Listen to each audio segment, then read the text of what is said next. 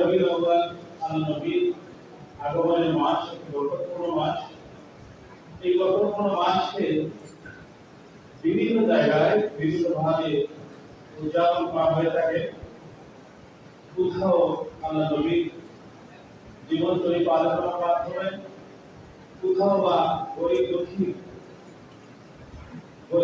আপ্যায়নের মাধ্যমে, শিল্পের মাধ্যমে, কোথাও নকল ইবাদতের মাধ্যমে, আবার কোথাও আমরা দেখি যে আল্লাহ নবীর হিজরতের সময়ে মদিনাবাসী আল্লাহ নবী সাল্লাল্লাহু আলাইহি ওয়াসাল্লামকে যেভাবে অভ্যর্থনা জানিয়েছিল, তাই আদলে রাস্তায় বেরিয়ে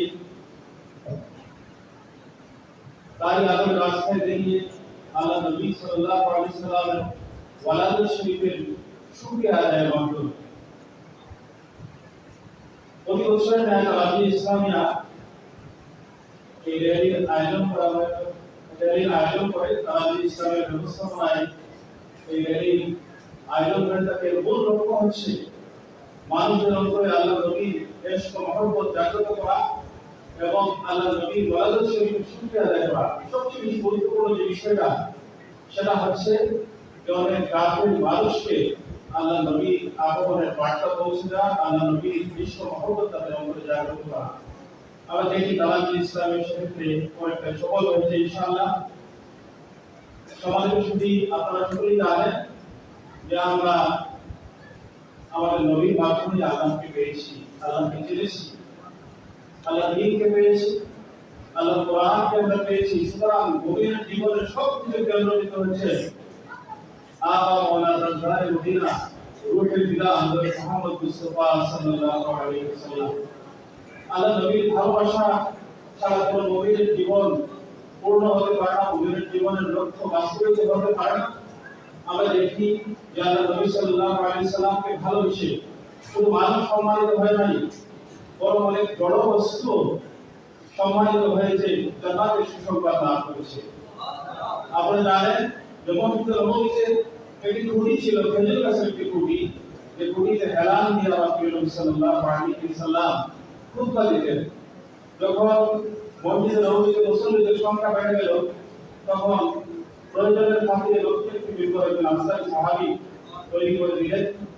সেই খুঁটিতে যখন আল্লাহ নবী সাল্লাল্লাহু আলাইহি ওয়াসাল্লাম খুতবা দিতে শুরু করলেন, তখন পুরানো যে খুঁটি ছিল খেজুর গাছের, সেই খুঁটি থেকে কান্নার আওয়াজ ভেসে আসতে লাগলো। আল্লাহ নবী সাল্লাল্লাহু আলাইহি ওয়াসাল্লাম সেই খুঁটির কাছে গেলেন, তাকে আদর করলেন, তাকে স্পর্শ করলেন, তার কান্না থেমে গেল। আমরা দেখি যে জড় বস্তু একটি মানবিক খুঁটি আল্লাহ নবীর মহব্বতে সে সম্মানিত হয়েছে, জান্নাতের সুসংবাদ পেয়েছে। আপনারা জানেন যে হাদিস শরীফে এসেছে, আল্লাহ নবী সাল্লাল্লাহু আলাইহি ওয়াসাল্লাম ইরশাদ করেছেন যে উহুদ পাহাড় যাকে আমরা ভালোবাসি এবং উহুদ পাহাড় আমাদেরকে ভালোবাসে, মানবিক পাহাড়, যে পাহাড়কে আল্লাহ নবী সাল্লাল্লাহু আলাইহি ওয়াসাল্লাম এর কারণে ভালোবাসার কারণে সম্মানিত হয়েছে। আপনারা জানেন হযরত ওয়াইস করনি রাহমাতুল্লাহ আলাইহি খায়র কাবিল হয়েছেন আমাদের নবীর ভালোবাসায়। সিদ্দিক আকবর রাদিয়াল্লাহু তাআলা এবং আবু বকর সিদ্দিক রাদিয়াল্লাহু তাআলা সম্মানিত হয়েছেন আল্লাহ নবীর ভালোবাসায়। আল্লাহ নবী সাল্লাল্লাহু আলাইহি ওয়াসাল্লাম কোরআন কারীমে সিদ্দিক আকবর রাদিয়াল্লাহু তাআলা কে স্মরণ করেছেন, সানি ইসমাইলি ওয়াতুল আর গুহার সাথে দুইজন একজন করে আল্লাহ নবী অভিযোগ করেছেন। মূল কারণ হচ্ছে আল্লাহ নবী সাল্লাল্লাহু আলাইহি ওয়াসাল্লাম খুব ভালোবাসেন। আমরা বিশ্বাস রাখতে পারি আজকে আমাদের আয়োজন নগণ্য হতে পারে, এটা আল্লাহ নবীর সম্মানে, এটা অত্যন্ত নগণ্য, কিন্তু আমরা এটা বিশ্বাস রাখতে পারি যে আল্লাহ পাক তার প্রিয় হাবিবের ইশক ও মহব্বতের কারণে আমাদের এই ক্ষুদ্র প্রয়াসকে কবুল করবে ইনশাআল্লাহ। আর আমরা সবসময় বলে রাখি যে আমাদের এই তারাবি ইসলামের যে র্যালি, এটা কোনো বিক্ষোভ মিছিল নয়, এটা কোনো বিক্ষোভ সমাবেশ নয়।